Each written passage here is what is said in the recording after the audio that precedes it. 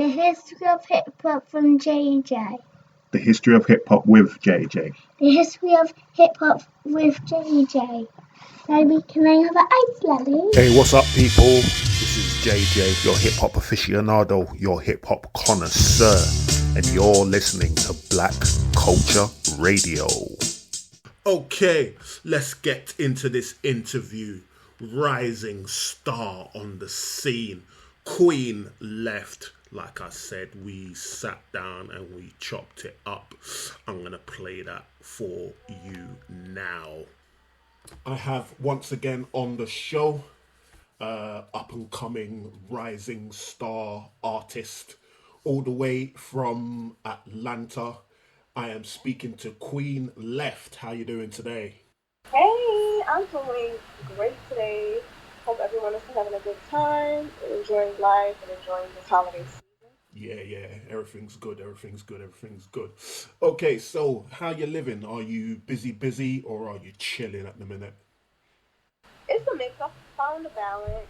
I choose my days when I, get everything done, and then I have my moments where I'm chilling. As of right now, it's a little chill, not too much, but I'm getting ready to go home to visit, so I'll be very chill in about 2 days. I'm excited about that. Yeah, okay, cool. So, I want to go back to the beginning with you and hip hop, basically. So, where did it start for you? What kind of age and year are we talking where you kind of got into hip hop? Well, hip hop specifically, I would say 14. I was 14. I was always into music. I come from a family that's very musical on both sides. Church was a big component of that, but hip hop specifically, getting involved in it, I would say 14, but being enamored by it, actually, I would say probably 6, because that was around the time they had the conscious rap movement with Common and all that, and that's when I really got engulfed with it. So I would say around 8, and then getting involved with it, me wanting to be an artist, I would say 14. Okay, cool. So yeah, what kind of happened at 14 that made you say, this is something I'd like to pursue, this is something I'd like to see where I can get to? Right. The thing that made me feel that way, I had got back into, when you rediscover artists when you're young, came back then, that interests you. TLC was one of those artists, and Left Eye, she stuck out to me over everything. And I just loved who she was creatively, and how versatile she was in her raps, and the fact that they were able to incorporate deep, vulnerable messages, but also have fun tunes. They were able to mix that up and create records that were not just fun, but records that were powerful and that change your life. And that really influenced me, and I wanted to do the same thing. So that's when I really started to get into music and finding out who I was and who I wanted to be as an artist, or just having fun at that age, exploring my creativity, seeing really where I wanted to go with it and what I wanted to do. Sure. So it was a big component of that. Okay, cool. So what about your musical journey before that? What kind of sounds? I know you said there was a lot of sort of religious music. Was there anything else that you were kind of into before sort of hip hop took you, or was it just the religious music that you were around with your family? Yes, absolutely. I grew up, thankfully, my parents didn't shelter us. MTV, VH1, BT was very prominent back then. That was the main events. And I would always watch the award shows, the making of the videos, the countdowns and different things like that. So hip hop, R&B, pop were even everything was really had their space and had their moment, and I enjoyed it all, but mostly R&B, pop, hip hop. So that was very big in my home, and also around my friends. We would be outside as kids. We would make up dance routines to the music. Sean Paul was something that was an artist we would always create dances to. Destiny's Child. Uh-huh. It was very big in my home. Music has always been something that I lived and breathed. You know, my first love really is dancing. So of course, in order to dance, you have to have music. So that definitely helped catapult that love for music and wanted to create as an artist. And then I also like to write and express my feelings through poetry. When I was younger, I used to write little poems and, you know, trying to expand my vocabulary through that. So music, art in every aspect really influenced me to become who I am, not just as an artist, but as a person. Okay, so apart from music and dance, is there anything outside of hip hop? Is there anything else that you like to do? Any kind of hobbies that you're trying to monetize or business ideas or anything like that? Yes, I actually have a jewelry business called Cosmic Queen Collection, and I incorporate a lot of my spiritual practices within that. Another thing that I would love to do in the future is write books and then turn those books into like mini series and movies, kind of like Stephen King and R.L. Stein. Those were like my biggest influences when it came to that when I was younger, because I used to love to read their books. And I just loved like the element of horror, like kid horror, like how it was a lot of things for like young adults and teens. And that's something that I want to bring back when it comes to film and books. So that's something that I'm really interested in doing later on down the line, and continuing my jewelry business and going with that. Okay, cool. So getting back to the hip hop, how would you describe your style to someone who hasn't listened to Queen Left before? I would say very versatile, introspective, vulnerable. I like to explore every realm of not just sound but emotion. Like the new music that I got coming out is very, like I said, introspective and emotional. Like I go deep. I explore my personal journey and experience from a couple of years ago, moving to Atlanta to now. So it's very prominent. And also having fun and, you know, making records about feeling good and, you know, exploring every aspect of emotion and style. I think that's beautiful as an artist when you can delve into many different dimensions but stay true to who you are. Sure. Yeah. Okay, so so you're not Atlanta born and raised? No, I'm from Rochester, New York. I moved to Atlanta in 2017. So about how many years? Yeah, almost 6 years, yeah. So almost a decade in a couple of years. So I've been in Atlanta for a long time so far, and I love it, everything about it.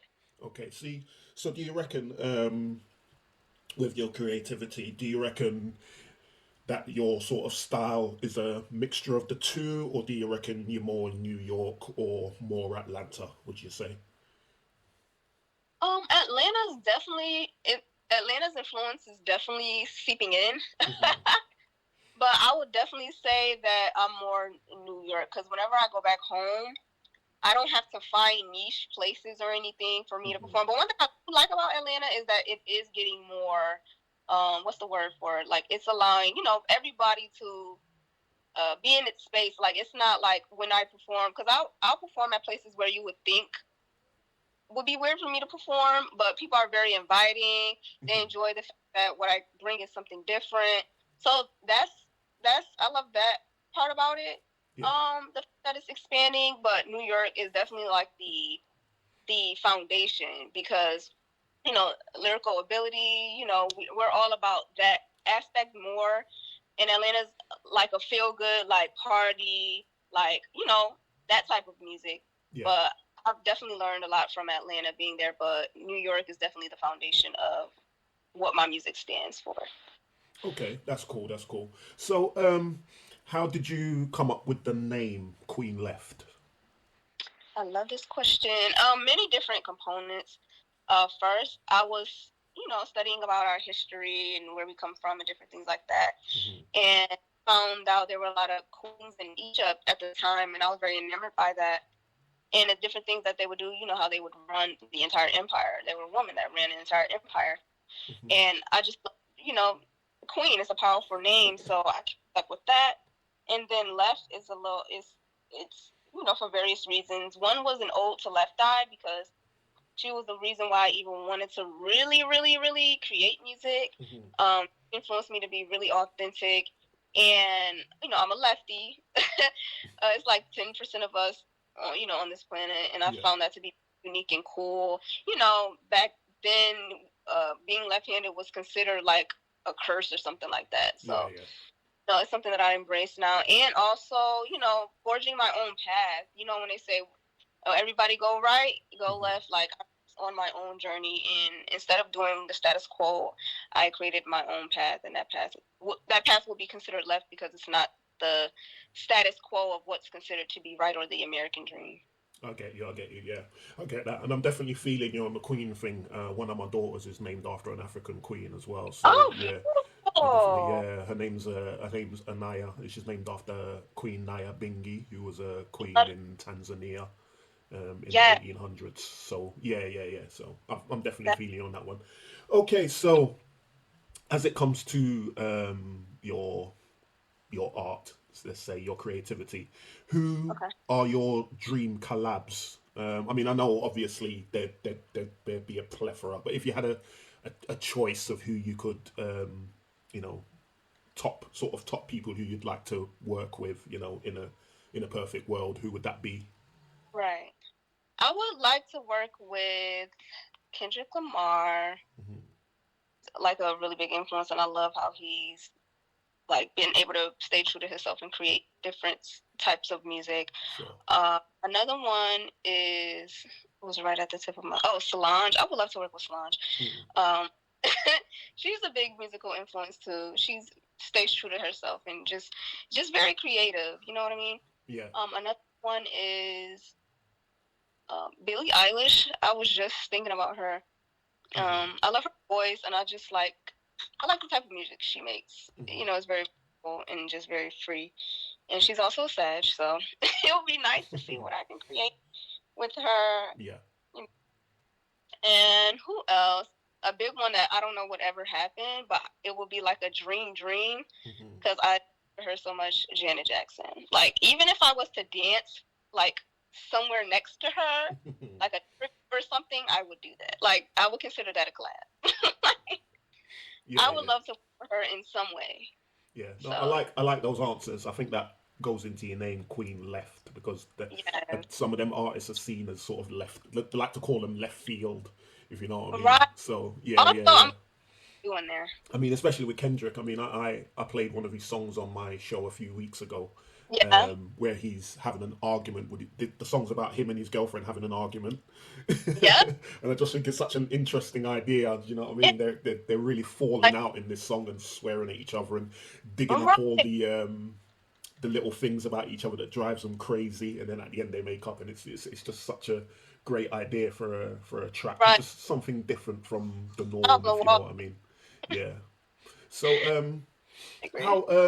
so when you're creating, do you have a process? Do you like to do things in a certain order, or is it just what comes to you? I mean, like, do you hear the track first and write something, what the track makes you feel, or do you have sort of like a rhyme book, as it were, and then you kind of tailor that to tracks that you hear afterwards? There are multiple different ways. That's one of them, where I will listen to music and at times something will automatically come. And I love that part about it, because you know, you let the music speak for itself. And then there's where I'll be out in nature or meditating, or, you know, when you're out and about and you're just like letting, you know, being in the moment, things will come to you, or you're having conversations with yourself, and certain ideas or aspects of like subject matters will come, and I'll write them down, or a melody, or I'll have dreams of sometimes I'll have dreams of melody or songs, and I'll record them in my phone. And sometimes I'll just go into my home studio and just meditate, and sometimes I'll play instrumental, or sometimes I'll just sit there and, you know, allow what to happen, you know, things to happen, or write down ideas that I've had in my head and see if I can put something together. So it's many different ways, many different creative processes as to how I get songs and how I create. Yeah. All right, cool. So we talked a little bit about what kind of led you to adopt a style and the substance of what you talk about. Is there a certain message that you're trying to bring to potential listeners, or is it just, this is me, I'm multifaceted, so I'm just bringing you all of this? That's one, but also I like the fact that you can introduce people to certain things or make them, open them up to certain things with your music. And for me, self-reflection and, self-acceptance, all the self, I think is very important. Like in my music, I self-reflect a lot. Self-expression obviously is the whole embodiment of why we create music, but self-reflection is very big up there. Allowing yourself to see who you are authentically, and the good and the bad, and accepting all of that, and instead of hiding, shining a light and either taking accountability or being vulnerable about how you feel, those human emotions, and expressing those human emotions, and being your authentic self and evolving within who you are as a human. I feel like that's something that the people that I looked up to did. Like they shied away from that, and I'm very happy that they didn't, because not only was their music very popular, but they still broke the bar and was able to create that type of sound. But like I said earlier, have music that gets you jumping and is able to chart really well. So that's something that I take, I really honor when it comes to music, is that vulnerability and being able to self-reflect. And it's very powerful to be able to change people's lives with your experience and showing them different perspectives and outlooks and how you did it. And I can encourage them to do the same thing, and can even save their lives. Yeah. No, I know exactly what you mean. I mean, I've talked about it before. I have a very eclectic taste in music. Right. I do a hip hop show because that's the kind of genre of music I know the most about, if you know what I mean. But obviously I was, not obviously, but I was raised in England in a Caribbean family, so that was obviously a part of my makeup. And then when I got into music myself, I listened to everything. I listened to metal, I listened to post-rock, I listened to pop, I listened to, anything. If it's good, it's good. I don't care who it's by, I don't care what it is, you know what I mean? I don't care if it's in English or not, you know what I mean? If it's good, it's good. Music is music, So that's part aspect of being an artist who is studying music, every form of music. It's yeah, sorry, carry on. Oh, no, I was just saying it's beautiful, and then it expands your palette. Sure. And helps you grow as an artist too, because you never know what you can hear that'll inspire you, different sounds, what you may want to incorporate into your music. So it's very important for us as artists to also study and really study the greats, or and study different aspects of music and sounds. Yeah, sure. Yeah, because I feel the same way. Like I say, I think that my eclecticism, I mean, plus with hip hop anyway, obviously hip hop is a very eclectic genre in itself, because you can take anything from any other genre of music and incorporate it into hip hop, and take hip hop and incorporate it into any other genre of music. Do you know what I mean? It's very malleable that way, and I really do like that. So and the fact hip hop has its subgenres too. Like that's another part about hip hop that I love. Yeah. But yeah. Okay. Do you have an opinion on hip hop historically? Sort of being a male-dominated hip hop genre. Do you think as a genre? Do you see it as a genre that seems to elevate female rappers who appeal to the male gaze, or do you think there's space for everybody? I do feel like right now it's going to become a space for everybody, because I do feel as if we're in a reflective space in music, especially mainstream, where everybody's like looking at the ways in which it hasn't been beneficial, from whether it's business wise, what the mainstream is pushing, different things like that.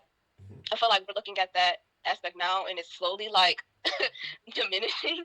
And we're going through another cycle, and that's something that we go through almost every few years when it comes to music. So I feel like it's definitely evolving. There's a lot of women out here now, and we've definitely had those conversations where it's like, okay, there's a lot of music, but women out here, but what's the conversation? Like, what type of music is being pushed when it comes to the women?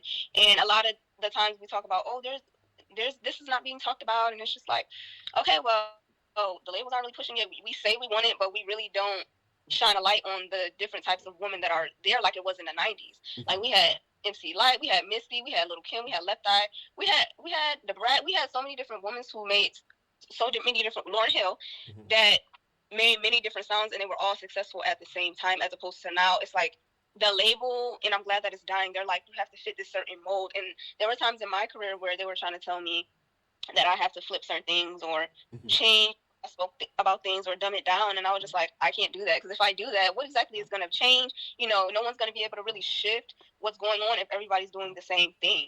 So I think it's important for artists to stay true to who they are, whether they're signed or not. You know, you got to fight for your music and what you want. A lot of, like I said, a lot of the people that we look up to and who are heavyweights, they did that. You know, they never allowed the label to be like, oh, this is what you have to make, and they did it. That's not how you shift. That's not how you shift things. You have to stay true to who you are and fight for what you want in your craft. And I'm happy that, you know, we're slowly seeing that happening. So yeah, I'm excited for that to, you know, for that next shift in music, because it's definitely coming.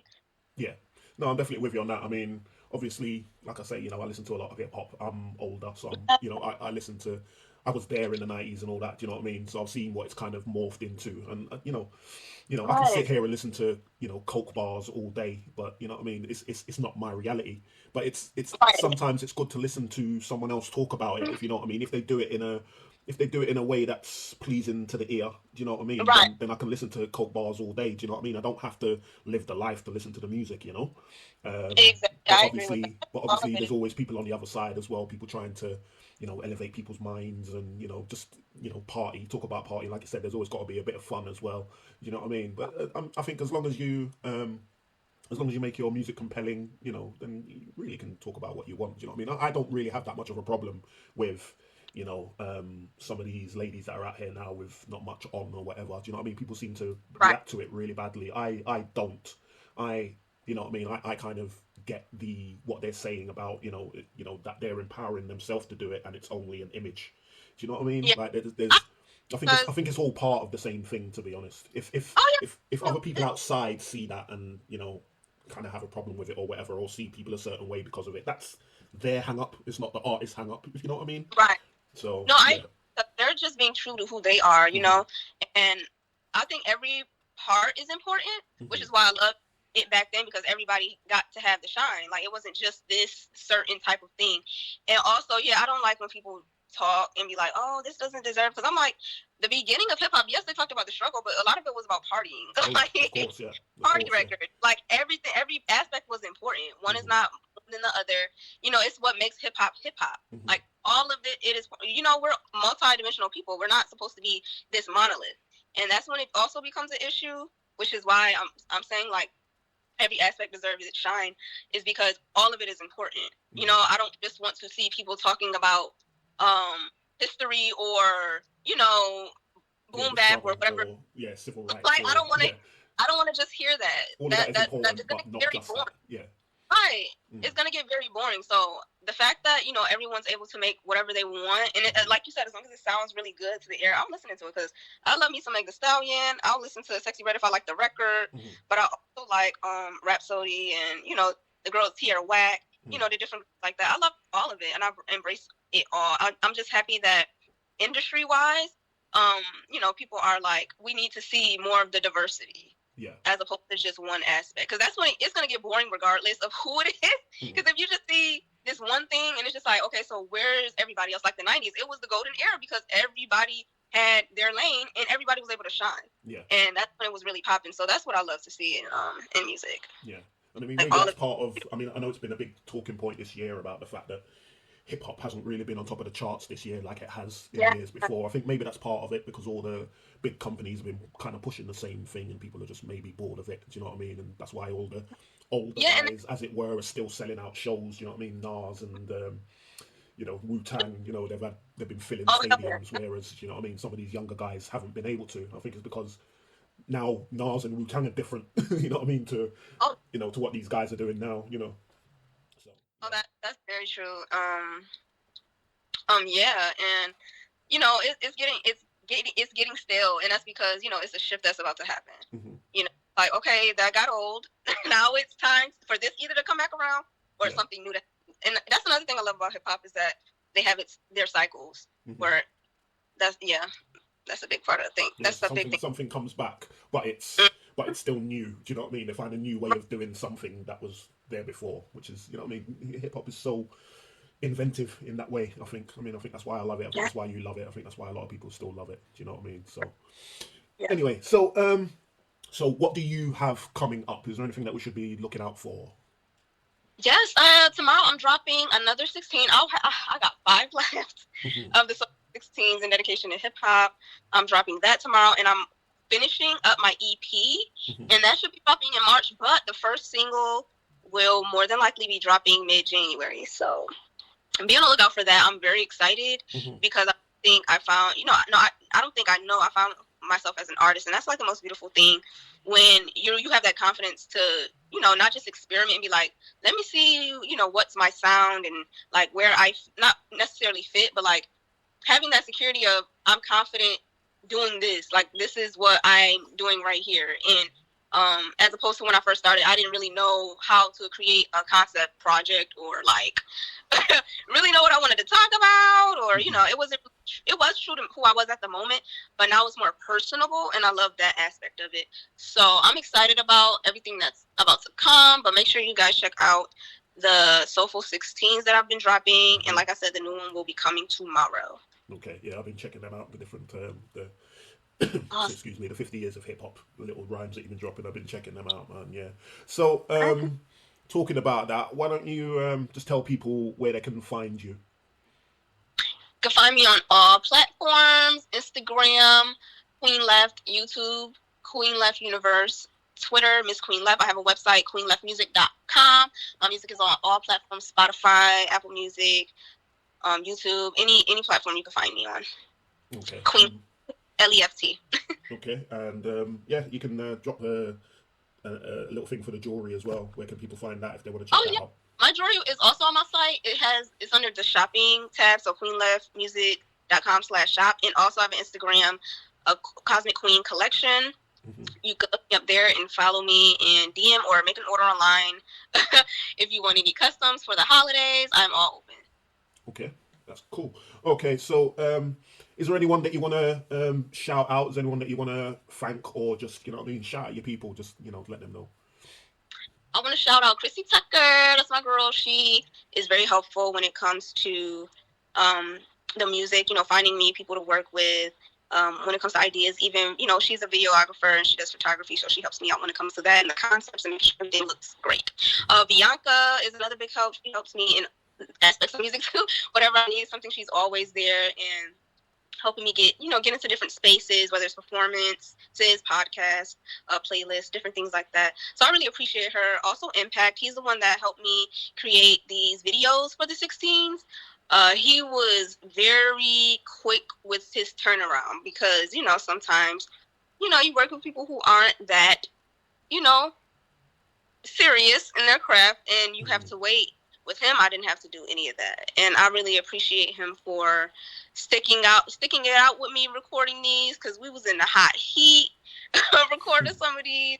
We had time limits at certain spaces where we had to really get it going. So those are 3 of the people that I would love to shout out as of right now.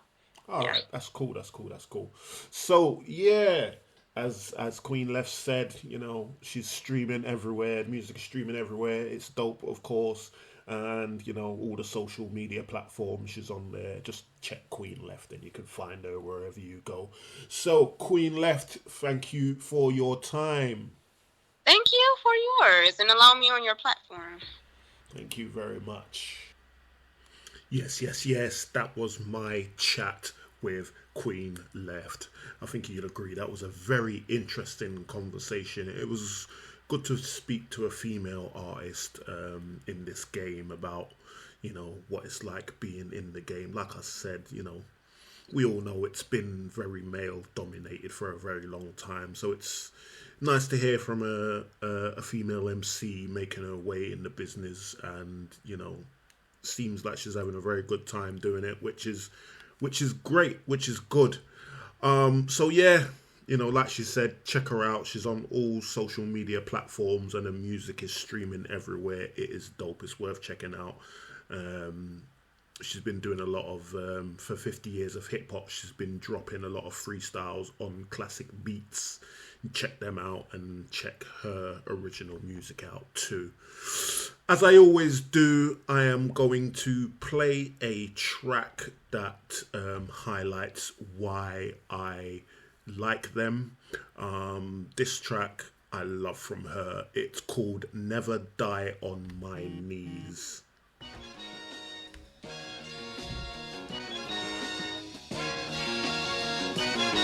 I'll never die on my knees because I'm begging, Lord, please to help. But I'm having doubts you are even here with me, and that's real. And that's real. Faith is real, but not in the means of religion. And how could I die on my knees if I'm higher than the ceiling? That's real. Hey, and that's real. Yep, but it's all about perception. This song is a eulogy to a love lost that's nothing new to me. Pour the liquor over fable words of mystery. I do believe, but things I cannot see, I'm questioning. Where are you now? I feel a presence, but is it true? The realest things is what is hidden in plain view.